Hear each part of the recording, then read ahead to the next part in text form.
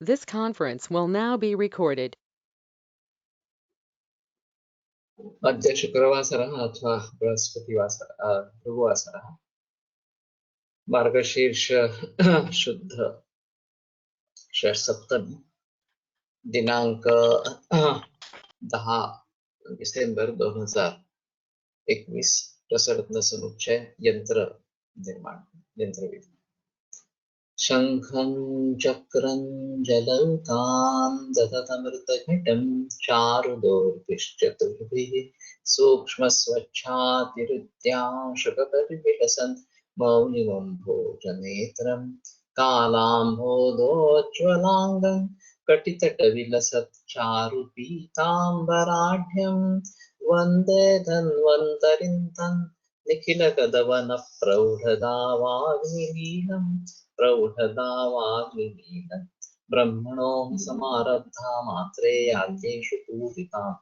अस्मदाचार्यपर्यन्तां वन्दे गुरुपरम्पराम् आयुर्वेदरतं वन्दे माधवाख्यं महागुरुम् आयुर्वेदामृतं सर्वं शिष्येभ्यो यः प्रदत्तवान् द्रष्टाज्ञानी दृष्टकर्मा कृतकर्मा तथैव च अध्यापको विश्वश्रेष्ठो महान् संशोधकस्तथा गुणैरेतैः समुदितैः यत्कार्यं प्रतनोति सः समृद्ध्यर्थं हि कार्यस्य वयं नु प्रयतामहे सरस्वत्यै नमो यस्याः प्रसादात् पुण्यकर्मभिः बुद्धिदर्पणसङ्क्रान्तं जगदध्यक्षमीक्षते आत्रेयं प्रथमं वन्दे आयुर्वेदजगद्गुरुम् आयुर्वेदामृतं सर्वं गृहीत्वा हि सुरेश्वरा अग्निवेशादिकेभ्यो यत् प्रेच्छत्नुहि सत्तमः प्रथमं तन्त्रकर्तारं धन्यवेषं नमामि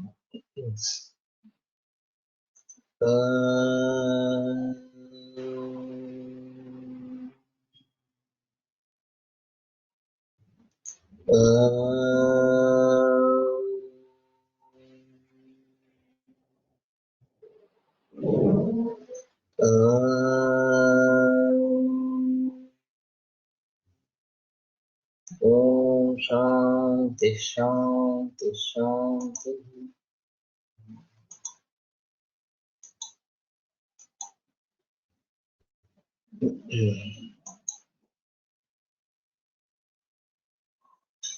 भाण्डकण्ठा ततश्चिद्रे वेणुनादं निक्षिप्य कांसपात्रद्वयं कृत्वा सम्पुटं जलगर्भितं नालिकास्य तत्र योज्यं दृढं तच्चापि कारयत् तिक्तद्रव्यैर्विनिक्षिप्तः पूर्वं तत्र घटे रसः ये हो गया था लोहमुषाद्वयं कृत्वा द्वादशाङ्गुलमानतः ईषच्छिद्रान्विताम् एका तत्र गन्धकसंयुतां मूषाय रसयुक्तायाम् अन्यस्यां तां प्रवेशयेत् तोयं स्यात् सूतकस्य अधः ऊर्ध्वाधो वह्निदीपन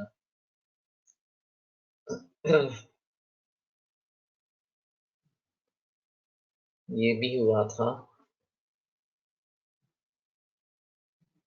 जलपूर्ण पात्र मध्ये तत्वा घटकर्परं सुविस्तीर्णं तदुपरि विडमध्यगतः स्थाप्य सूतः कृतः कोष्ठ्यां लघु लोहकटोरिकया कृतषण्मृत्सन्धिलेपया आच्छाद्य पूर्वोक्तघटकर्पर मध्ये अङ्गारे खदिरकोलभवै स्वेदनतो मर्दनतः कच्छपयन्त्रस्थितो रसो जरति अग्निबलेनैव ततो गर्भे द्रवति सर्वसत्त्वानि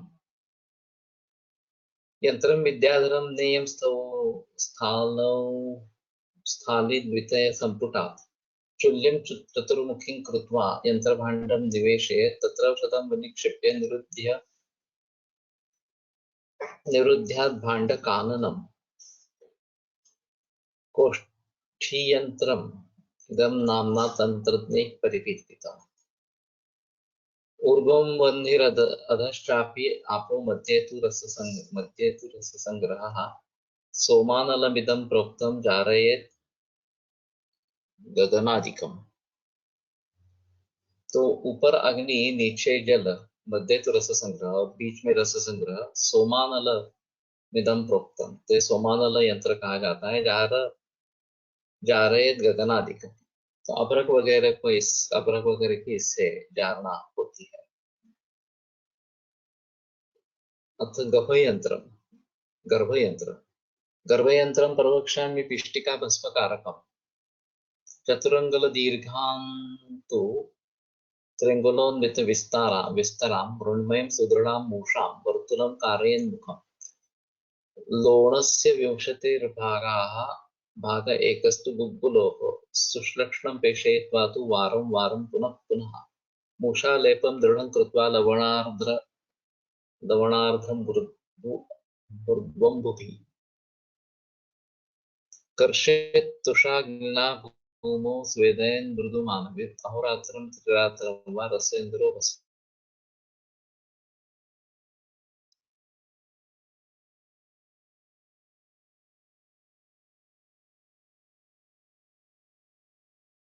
एक अहोरात्र में या त्रिरात्र में इस प्रकार का बताया गया है।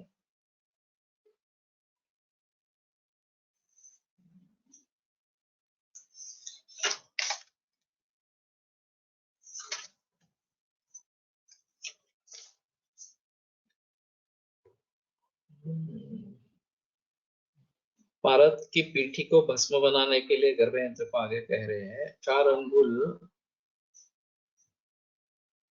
6 अंगुल लंबे तथा 2-3 अंगुल चौड़ी गोली मुख वाली एक मजबूत एक मूषा बनावे।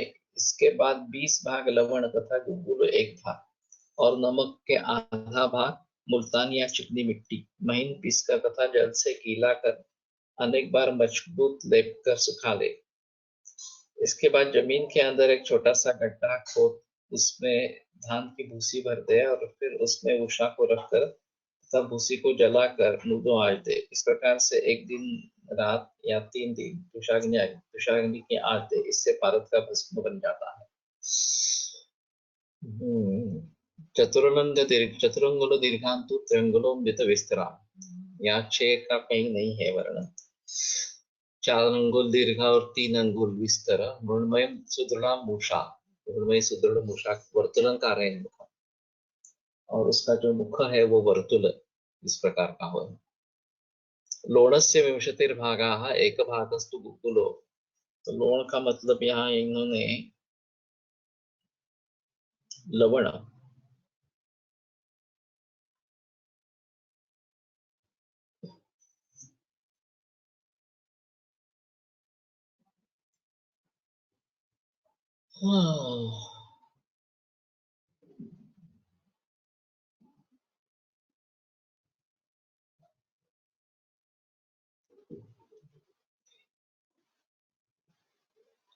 भारत कितना लेना है ये तो बताया नहीं।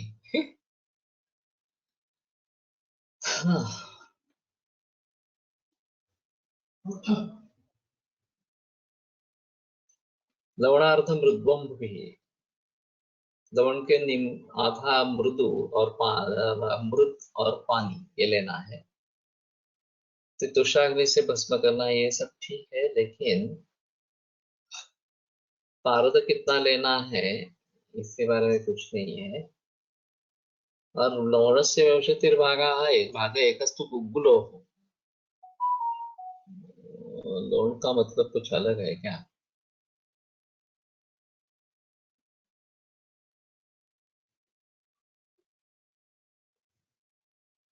लवणस्य लवणस्य लवणस्य इत्यत्र लोहस्य इति पाठान्तरं न युक्तं। लवणार्धम् ऊर्ध्वं भुवि इति वक्ष्यमाणवाक्यविरोधः। अत्र बारं वेदपदं प्रेषयित्वा तथा पुनः पुनः इति पदं मूषालेपम् इत्यनेन योजनीयं। लवणात्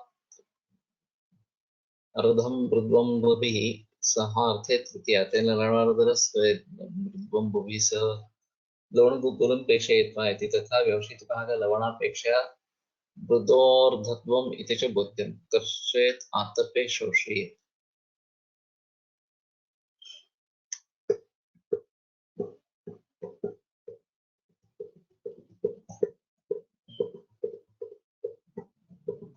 तो 20 भाग लवण और 1 भाग गुग्गुल इतना ही लेना है और लवण के आधा यानी कि 10 भाग मृत्तिका लेनी है।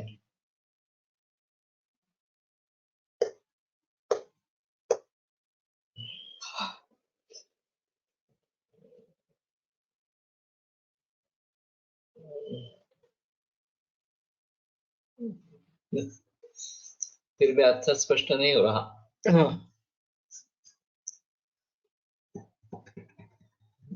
पिष्टिका नष्टप्रीति पिष्टिकृता रसः इत्यर्थः।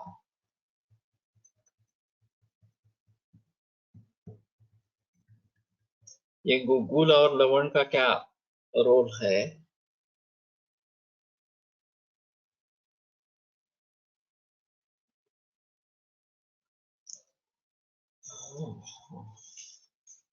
या फिर इसको लेप करने के लिए।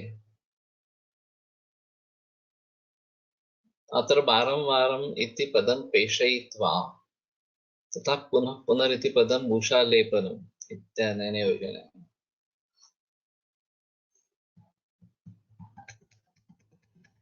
तो सिर्फ लेप के लिए है, अंदर पारद रखना है, कितना रखना है क्या रखना है ये पता नहीं है, और नष्ट पिष्ट पारद रखना है।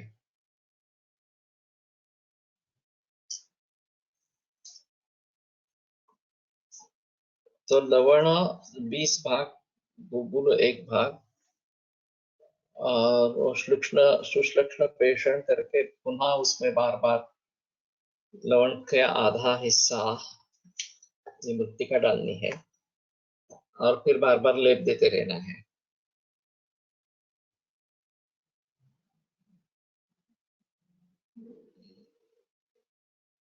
कर्षेत आतपे शोषयेत।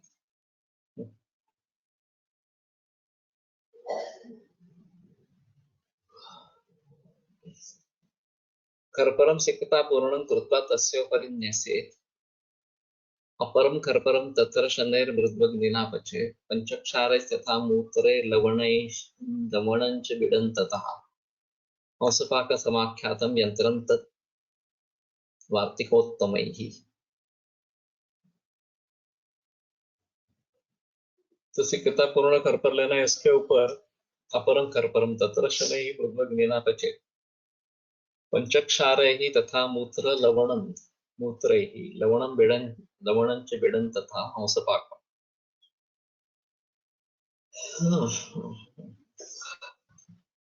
एक नाद में वालू का चूल्हा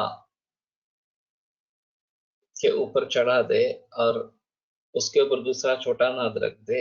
इसमें इसके बाद में उसमें पांचों क्षार, सज्जिक्षार, यवक्षार, टंकक्षार, पलाशक्षार और तिलक्षार, मूत्र तथा पंचलवण, सेंधा, सवर्चल, सांबर, समुद्र, बीड़, इन सबों को रखकर तथा पकाकर बीड़ तैयार कर ले। यह हंसपाक यंत्र है।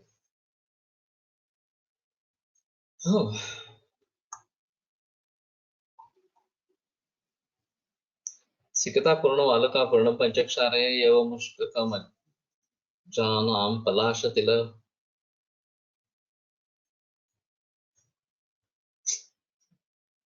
ओस तिल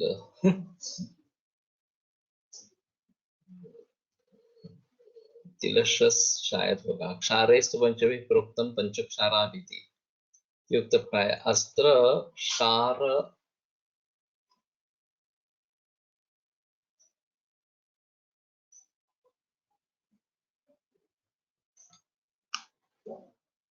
क्षारमाहचय्यात् पुत्रस्यापि पंचत्वं बोध्यं। तानि च यवामजानां मेषीणां महिषीणां च मिश्रितं मूत्रेण गर्भधिपीनां यत्तन्मूत्रं मूत्रपञ्चकम्। लवणानि चातुर्षड्बोध्यानि रसेन्द्रचिन्तामणि संवादात् तत्तु प्रागेव विवृतम्। पंचक्षारिता पंचमूलैः सह लवणानि संयुज्य बीडं पचतीति योज्यम्। यंत्र एतद् बीडपाकार्थं नेय।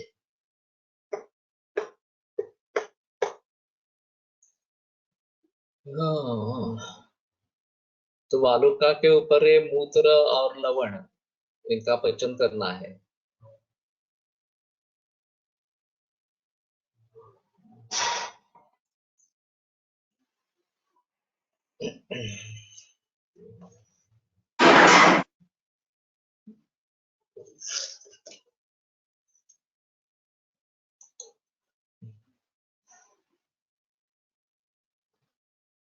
सरसा गुण वस्त्रांगुल घनावृतां शोषिता काच कलसीं त्रिषु भागेषु पूरयेत्। भाण्डे वितस्ति गंभीरे वालुका सुप्रतिष्ठिता। तद्भाण्डं पूरयेत् त्रिभिः अन्याभिरवगुण्ठयेत्। भाण्डवक्त्रं मणिकया सन्धिं लिम्पेन् मृदा पचेत् चुल्या तृणस्य चादाहान्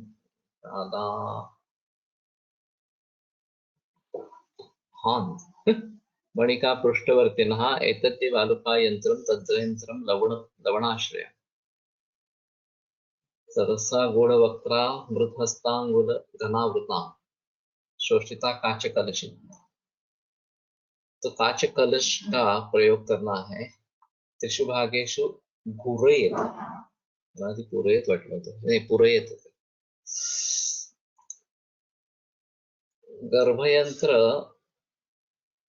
हंस्ययंत्र आदि नाम देने के पीछे क्या विचार होगा तो बताना मुश्किल है इसके बारे में कुछ ना कुछ तो विचार होगा वालों का बतरी मुख वाली एक कांच के आतसी शीशे के ऊपर एक अंगुल मोटा कपड़ मिट्टी का लेप बना दे और उसे सुखाकर उसका 3 भाग औषध युक्त पारद से भर दे।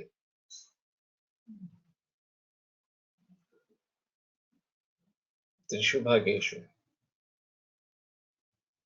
इसके बाद उस शीशी को एक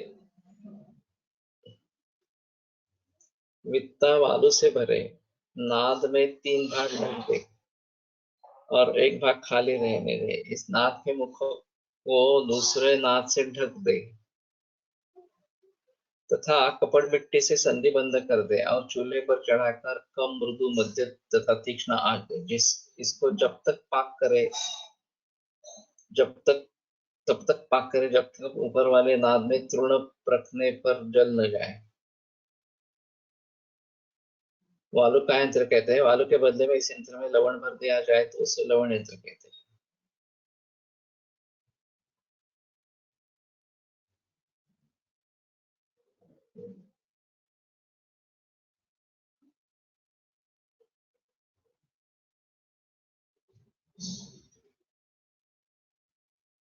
सरसांगुल वक्त्रां मृद्वस्त्रांगुल घनावृताम्।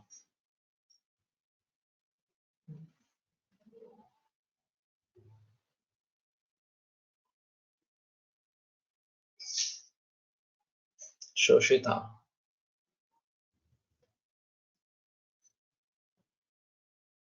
गूढ़वक्ता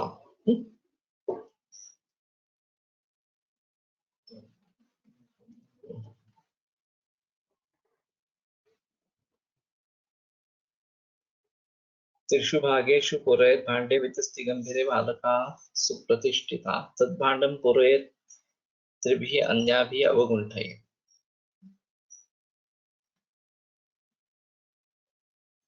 भाण्डवक्त्रं मणिकया सन्धिं लिम्पेन् मृदा पचेत्।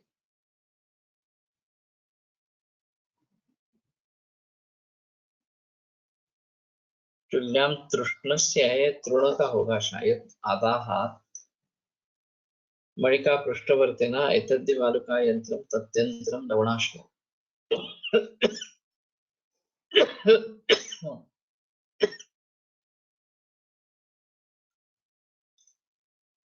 उसमें मूषा रखनी है। वो 2 प्रकार के फिगर्स यहाँ पे दिखाए है। मूषा का मुख ऊपर आया है ये भी एक है। मूषा पूरी वालुका में ढकी वालुका से ढकी गई है ये भी एक।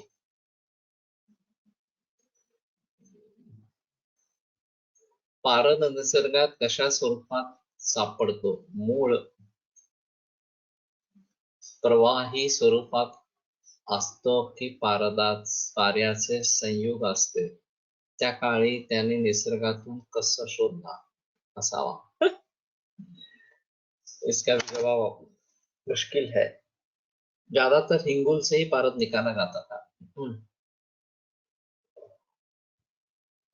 शुद्ध स्वरूप में पारद मिलता है नहीं मिलता है मुझे मालूम नहीं, लेकिन ये बात सही है कि हिंगुल से पारद निकाला जाता था ऊर्ध्वपातन करने से। और कोलटकर सर के यहाँ भी हमने देखा था ये जो जानवर इस प्रकार के रहते हैं हंडी जैसा। तो उसमें नीचे हिंगुल जला के पारद ऊपर मिला था। ये मैंने भी देखा।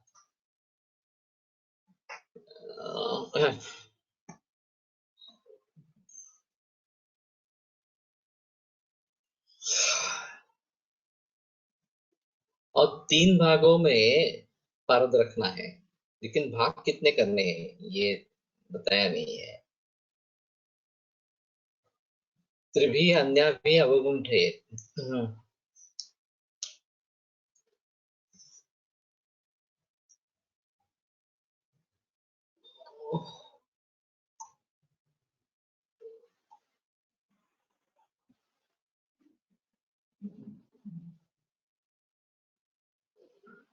ज्वालामुखीतून बाहेर पडतो बऱ्याचदा यौगिक असतो हिंगुळ। ज्वालामुखी से द्रव स्वरूप निकलता पारद बाद में वो ठंडा होते होते उसके संयोग बनते। तो ज्वालामुखी से वैसे ही पारद बाहर आता है ये अगर है तो विश्व में काफी जगह ज्वालामुखी है। हमारे यहाँ एक लोणार सरोवर करके है जो इस प्रकार के ज्वालामुखी से उत्पन्न हुआ था। अभी मालूम नहीं वहां हिंगुल मिलता है या नहीं मिलता है इस प्रकार से। लेकिन मैं न्यूजीलैंड में गया था, वहाँ एक पर्टिकुलर एरिया है जहाँ बहुत सारे वोल्केनो है। हम काफी नजदीक जा सकते हैं उनके। और ये लावा रस इस प्रकार का निकलता रहेगा और उसके कई वीडियोज अवेलेबल है। वोल्केनो जब आउटबर्स्ट हो जाता है तो उसके काफी इस प्रकार के वीडियोज अवेलेबल है। तो ठीक है, एक तो ये पता चला कि ज्वालामुखी से निकलता है और पूरे विश्व भर में प्रचलन है। लोणार सरोवर उल्कापातामुळे तयार झाले आहे। मुझे एग्जैक्टली याद नहीं है, कदाचित ये भी होगा क्योंकि बड़ा है सरोवर। एक्चुअली मुझे लगा था कि वोल्केनो से हुआ है, लेकिन अगर उल्कापात से हुआ है तो ठीक है, एक बार देख लेना चाहिए। बाबू चिंचड़े है क्या अभी? उसको पता होगा। उल्कापात इज राइट।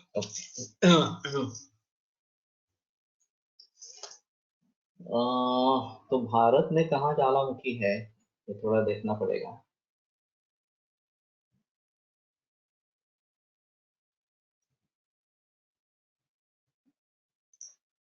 बिहार के कुछ हिस्सों में मैंने सुना था, अभी उसे भी पक्का याद नहीं है।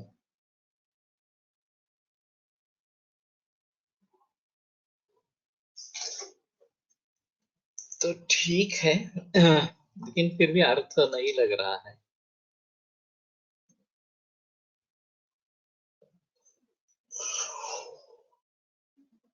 और उसमें आलू का के बदले में लवण भरे तो ये लवण यंत्र हो जाता है। पंचाड़ वालुका पूर्णम भांडे निक्षिप्य यत्नतः पच्यते रसगोलाद्यं वालुकायंत्रमीडितम्। पंचाड़ सरसम पारद गर्भा। अरे वाह। तो रस के साथ इस प्रकार के गुणवक्त्र संकीर्ण मुखी मृद इति मृद्वस्त्रेण मृत्लिप्त वस्त्रेण अंगुलघनम अंगुलमानोच्छेदम तथा यथा तथा भाव त्रिषु भागेषु पूरयेत् पांच रसादिना काचकलशां भागत्रयं पूरयेत् इत्यर्थः। त्रिषु भागेषु इति अवच्छेदे सप्तमी भाण्डे इत्यत्र काचकलशीं स्थापयेत् इति शेषः। वालुकाभिः कियान् भागः पूरयितव्यः इत्यपेक्षायाम् आह तद्भाण्डमिति। त्रिभिः इति भागैः इति शेषः। तृतीया चात्र अभेदे भाण्डस्य भागत्रयम् इत्यर्थः पूरयेत् वालुकया इति शेषः। अन्याभिः वालुकाभिः इत्यथ अवशिष्टांशं पूरयति इति शेषः अवगुण्ठेत् इत्यस्य मणिकया इत्यादेन सम्बन्धः मणिकया शरावेण अयमर्थः संकीर्णमुखी काचकूपिकां मृत् वस्त्रेण अङ्गुलोच्छेदम् आलिप्य शोषयित्वा च तस्य भागत्रयं रसेन आपूरयेत् तत्तो वितस्ति प्रमाण गंभीरे वालुकया विभागपूर्णे भाण्डमध्ये तान् निवेश्य ऊर्ध्वं वालुकया च आच्छादयेत् ततश्च शरावेण भाण्डवक्त्रं पिधाय मृत्तिकया सन्धिं लिप्त्वा च तावत् क्वचित् यावत् शरावुपरि न्यस्तं तृणं न दहेत् तुल्यलक्षणत्वात् वालुकायन्तरप्रसङ्गे लवणयन्त्रमपि अतिदिशति तदिति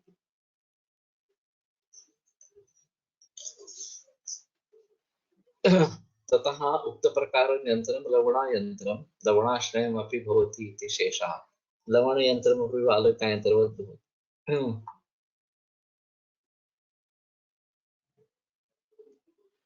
India's only active volcano is located in barren island of Andaman, which is also the only confirmed active volcano in South Asia.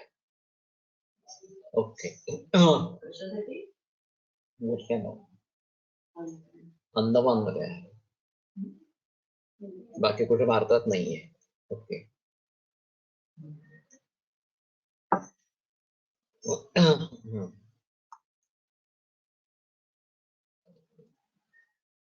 एवं लवण निक्षेपात प्रोक्तम लवण यंत्रकम तो ये 3 भाग में ये भरना है पारद भरना है लेकिन भाग कितने करने हैं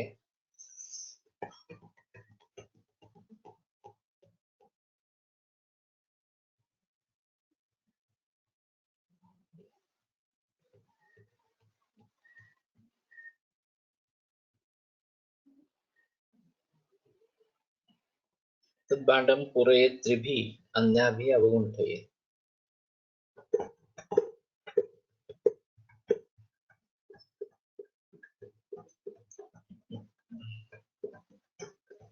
और वो जो ढक्कन है उसके ऊपर तृण जब तक जलता रहता है तब तक चालू रखने का जब ये जलना बंद हो जाएगा तो बंद करेंगे ये भी थोड़ा अजीब है क्योंकि इसमें तो तीव्र अग्नि दिया जाता है तो तृण तो जलता रहेगा शुरू में और वो केवल पारा गर्म होकर उसकी उष्णता से ये जलता रहेगा इस प्रकार से जब ये पारा बनना बंद हो जाएगा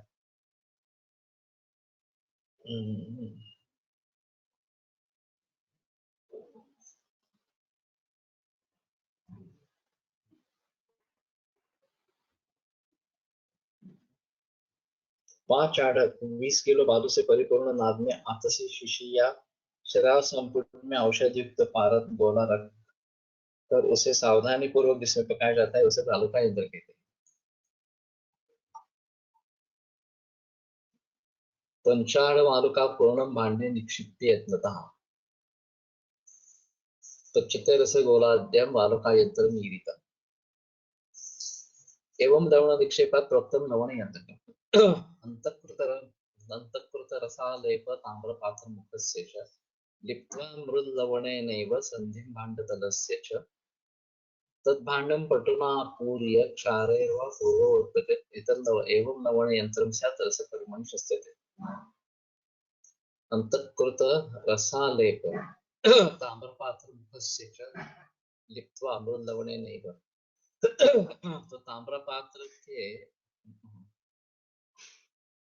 मुख में अंतःकृत रसालेप अंतर रसालेप इस प्रकार का बाटलीमध्ये पारद 1/3 भरने लेकिन ये तृतीयांश ऐसा होता है 3 भाग नहीं कहेंगे एक्चुअली 2/3 बाटलीचा भाग रिकामा ठेवणे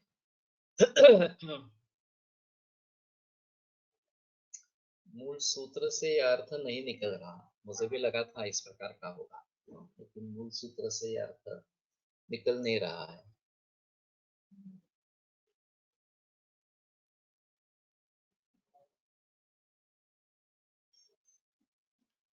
ताम्र के शराव के भीतरी भाग में औषध से ध्यात मर्दित पारद का लेप कर सुखा ले और मजबूत नाद के तल पर इसे अवधा कर नाद तथा शराब के संधि को लवण मृत्तिका लोहनालगतम सूतम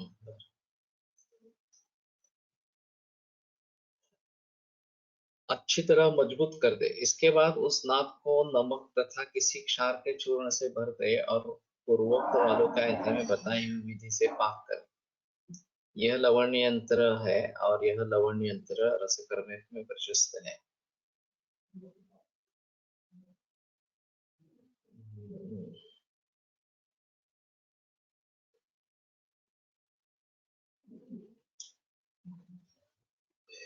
तो ताम्र को अंदर पारद से बने लेप देने हैं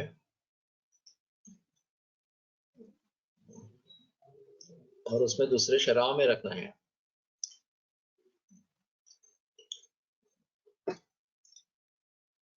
पटुना अपूर्य क्षारेर्वा पूर्ववत और उसमें लवण या क्षार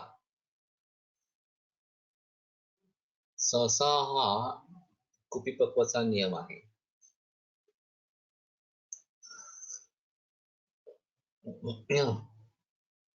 लेकिन इसमें मूल संस्कृत से यह अर्थ नहीं निकल रहा।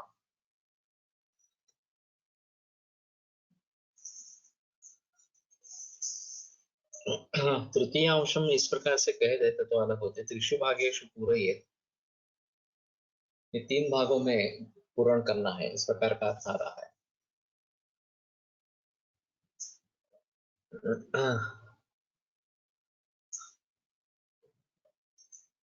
तो देखना पड़ेगा किसी ने बनाया है इस प्रकार से। लोहनालगतम सूतम भांडे लवण पूरिते निरुद्धम विपच्छेद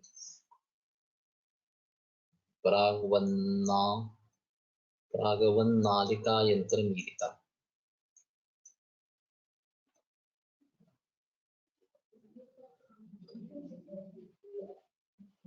लोहनालगत लोहे की नलिका में औषध युक्त पारद भरकर उस नाली में एक मजबूत डोर लगाकर तथा बालों का यंत्र की विधि के अनुसार नमक के चूर्ण में रखकर बालों का यंत्र विधि के अनुसार पाँच दिया जाता है। इसे नलिका यंत्र कहते हैं।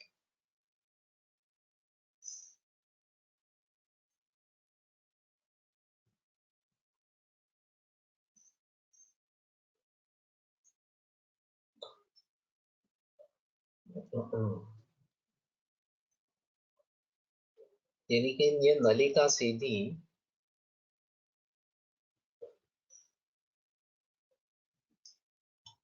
वालुका में रखनी है क्या, ये थोड़ा सा रहेगा।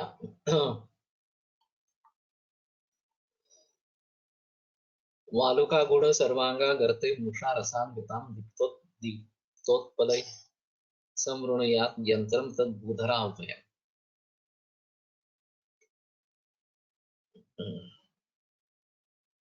जमीन के अंदर एक गड्ढा बनाकर उसमें बालू भर दे और उसमें पारद युक्त मूषा को अंदर रखकर चारों तरफ से बालू से ढक दे और उस गड्ढे पर ऊपर गड्ढे के ऊपर उपलों के अग्नि जला दे। इसको यंत्र भूधर यंत्र कहते हैं।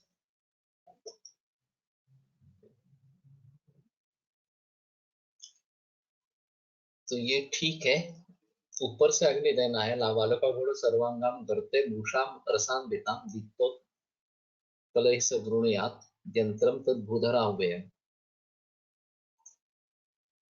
शराव संपुटान्तस्थः करिष्येषु अग्निमानवि क्वचिच्चुल्या हियामं वा रसं तत्पुटयंत्रकम्। शराव संपुट के अंतर करिष्येषु अग्निमानवि क्वचिच्चुल्यां हियामं वा रसं तत्पुटयंत्रकम्। तो करीश का अग्नि देना है।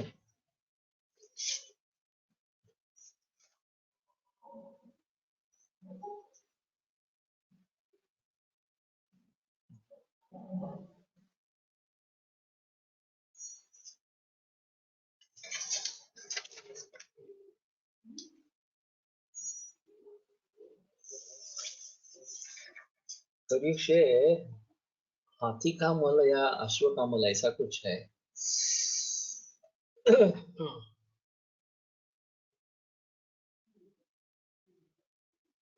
देखना पड़ेगा।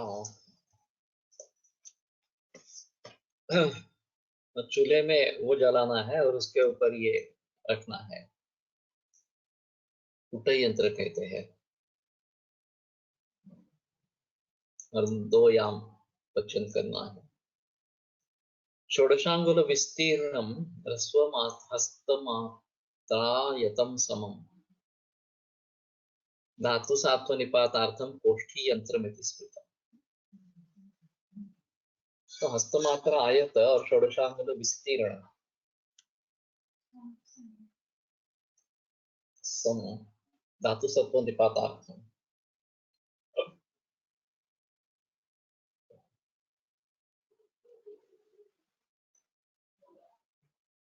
इसको कोष्ठी यंत्र कहते हैं।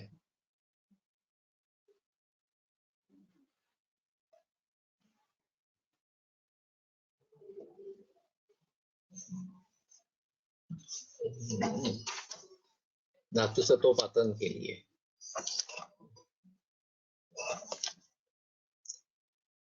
यत्र लोहमये पात्रे पार्श्वयोर वलयद्वयं तादृक् स्वल्पतरं पात्रं वलयप्रोतकोष्ठकं पूर्वपात्रोपरि न्यस्य स्वल्पपात्रे परिक्षिपेत् रसं सम्मूर्छितं स्थूलं पात्रम् आपूर्य कांजिकैः। बकरीचा मल करीशाग्नी।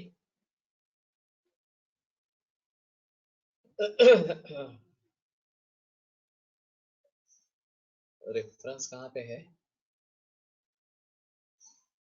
द्वियामं स्वेदयदेव रसोत्थापन हेतवे एतत् स्यात् बलभियन्त्रं रसे षाड्गुण्यकारकं सूक्ष्मकान्तमये पात्रे रसः स्यात् गुणवत्तरः।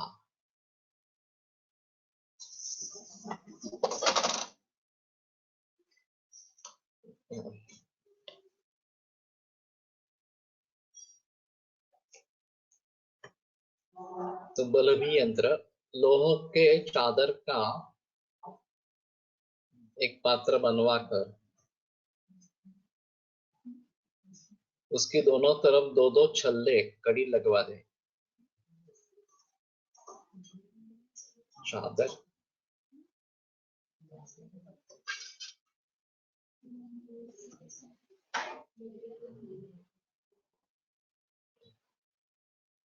वलय प्रोक्तकोष्ठकं प्रोतकोष्ठम् पूर्वपात्रोपरि न्यस्य स्वल्पपात्रे परीक्षिपेत्।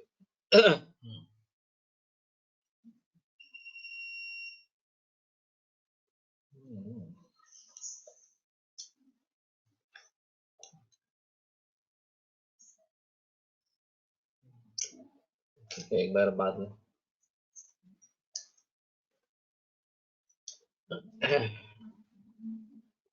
उसी के आकार का कुछ छोटा एक दूसरा लोहे का पात्र बनवाकर उसके किनारे को बड़े पात्र के छल्लों से मजबूती से बांध दे।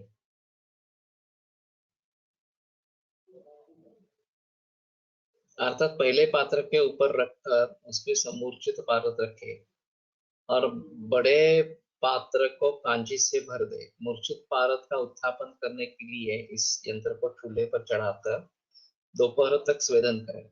इससे पारद के षाड्गुण्य आ जाता है अर्थात पारद षड्गुण संपन्न हो जाता है। इस पात्र को सूक्ष्म कांत लोहों में बनाकर पारद का उत्थापन किया जाए तो पारद अधिक गुण बन जाता है। शब्द कल्पद्रुम।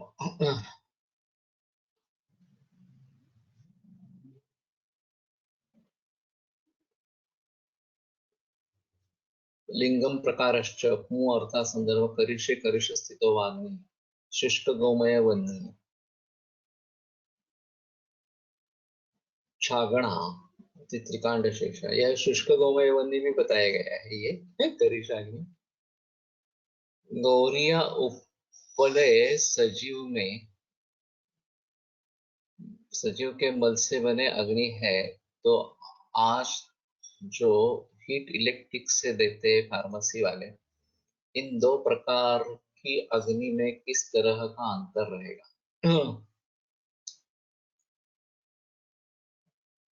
इसमें काफी बहस हुआ है।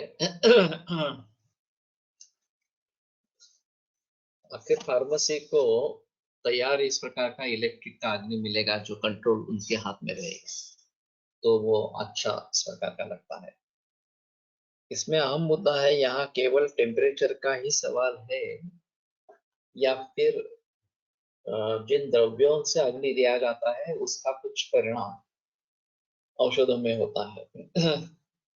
तो दिखता तो ऐसा ही है, केवल उष्णता का संबंध नहीं है, उसका भी द्रव्य का भी प्रमाण उसमें प्रभाव होता होगा, क्योंकि ये जो श्वेत के विभिन्न प्रकार है,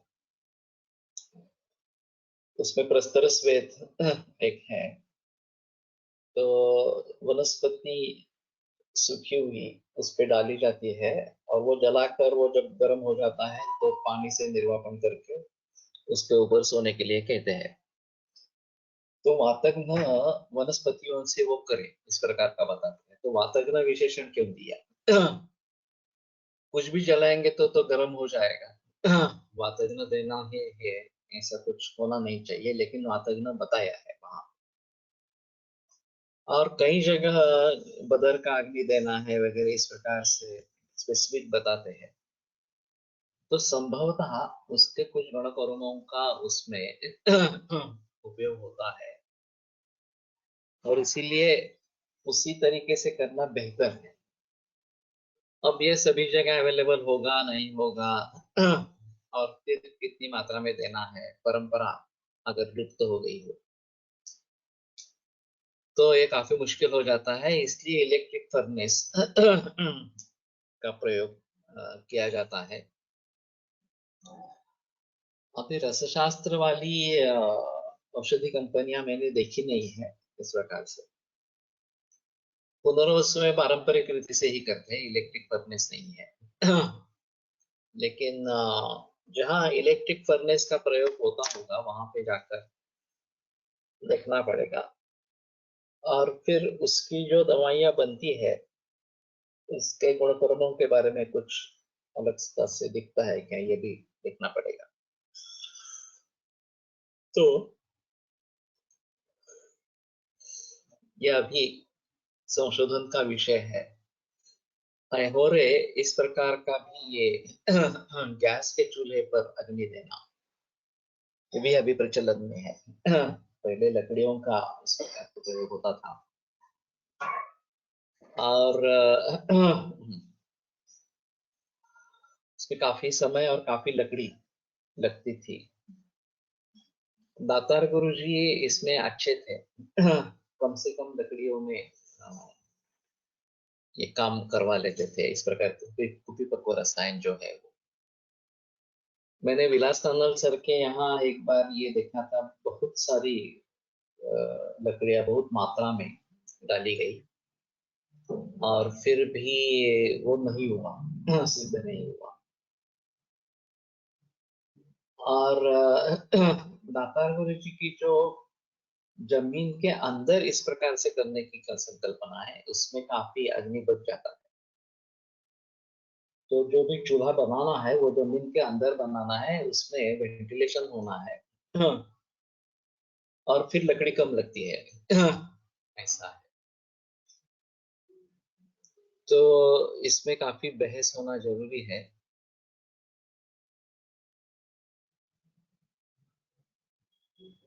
टाइम ड्युरेशनचा पण खूप फरक पडतो, इलेक्ट्रिक फर्नेस मध्ये कमी वेळात होतो, त्यामुळे पण गुणांमध्ये फरक पडत असेल। गोडके सरांकडे एकदा विचारून बघतो ते कोणती पद्धत वापरतात. रससिंधू रसौषधी पर लिखा होना चाहिए, परंपरागत है या फार्मेसी। ये तो मुश्किल है बताना। ये लोग लिखेंगे इसके ऊपर। वैसे अभी की फार्मेसी इंडस्ट्री बहुत ही कुछ अलग-अलग तरीके अपना रही है। उनका एक सुझाव ऐसा था कि जो पर्याय के रूप में प्रयोग में लाए जाते हैं, उनको एक बार शासन की मान्यता दी जाए। गुग्गुल नहीं मिलता है तो शालई गुग्गुल का प्रयोग सभी फार्मेसियां करती है शल्य की, और लिखते भी है अभी दवाइयों के ऊपर, लेकिन उसको मान्यता दे दे। अष्टवर्ग मिलता नहीं है, राज्ञामप्य अष्टवर्गस्तु यतोऽयमति दुर्लभः तस्मात् तस्य प्रतिनिधिं गृह्णीयात् गुणं विशत्। और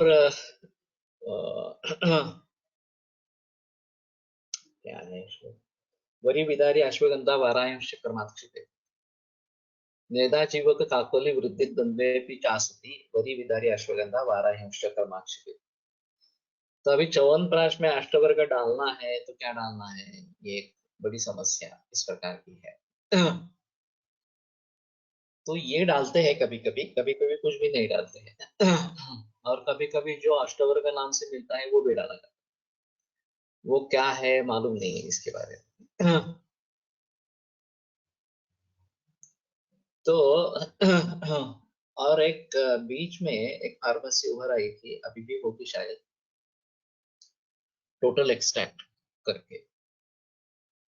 उनका कहना था कि किसी भी वनस्पति के बारे में उसका पूरा एक्सट्रैक्ट किसी भी तरीके से निकाल कर हम दे देंगे, तो बल्क काफी कम हो जाता है एक्सट्रैक्ट लेने से।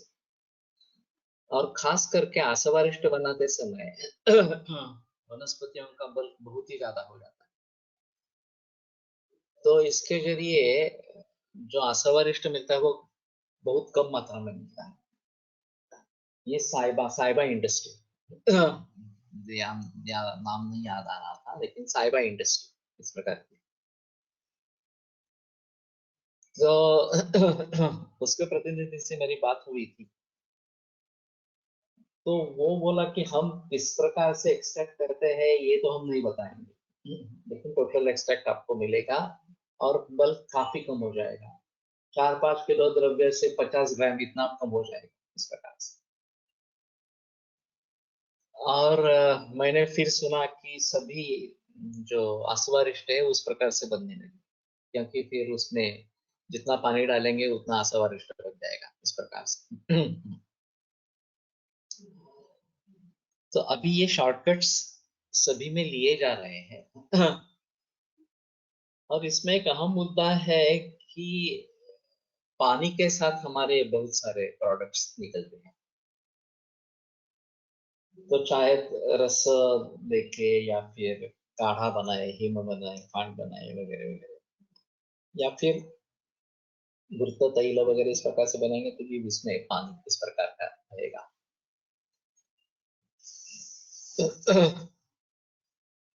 लोहे की दो छोटी बड़ी कढ़ाइयों को लेना है, कड़ा की कांतलों की कढ़ाई में अगर किया जाए तो पारद के गुण और बढ़ते हैं, ये तो है।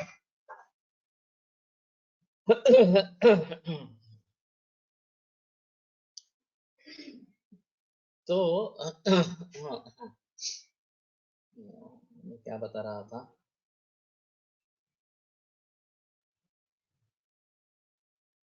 ये टोटल एक्सट्रैक्ट, हाँ, पानी के जरिए अगर होता है।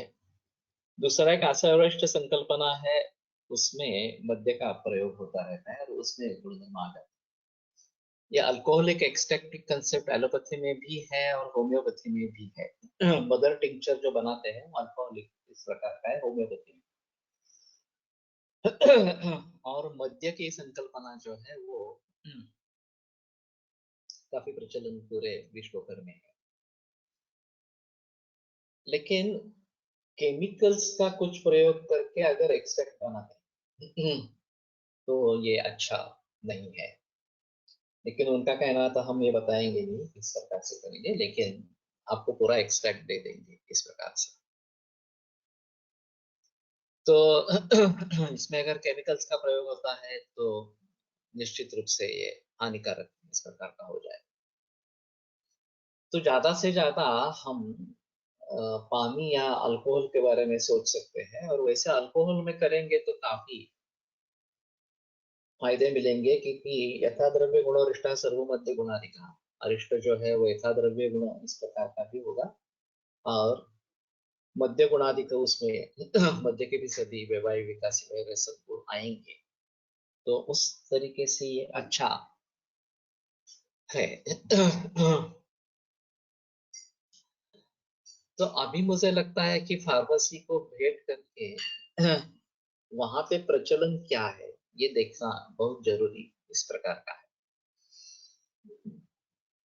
अभी जब घृत के बारे में मुझे पता चला कि एमईएस में हम गए थे, तो बड़ी मात्रा में घृत तैयार होते रहते हैं, और उनका कहना है कि जर्सी गाय का ही घी हमें मिलता है, देसी गाय का घी इतने मात्रा में उपलब्ध होता ही नहीं है, तो उसी घी में बनाते हैं। तो जैसे अभी दूधपाक पेशवर ने एक प्रीमियम क्वालिटी निकाली, उसी प्रकार से घृतों में प्रीमियम क्वालिटी अगर निकल आती है देसी गाय की घी से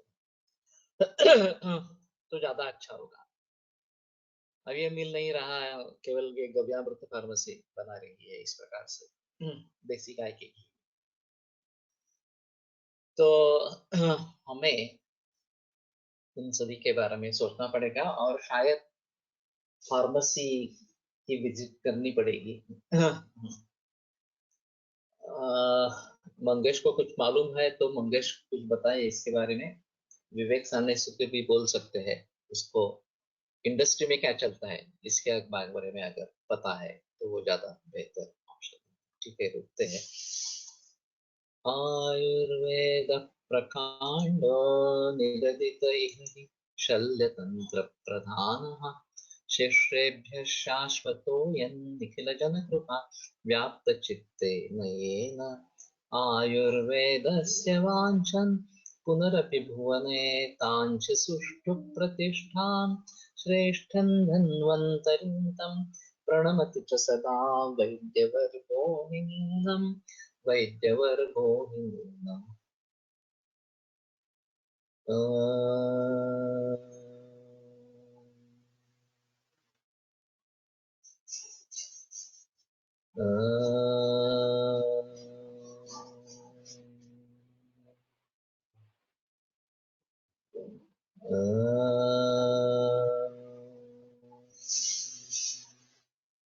ओम शांति शांति शांति। सगळीकडे इलेक्ट्रिक फर्नेस वापरतात, पण लाकडाने काष्ठ पडले तरी पाक उत्तम होतो। तो ठीक है, इसके बारे में थोड़ा सोचना चाहिए, और किस किस किन किन औषधियों में इस प्रकार के शॉर्टकट्स लिए जा रहे हैं ये भी हमें पता होना बहुत जरूरी इस प्रकार का होगा। विरम्यते व्याख्यान व्यापार।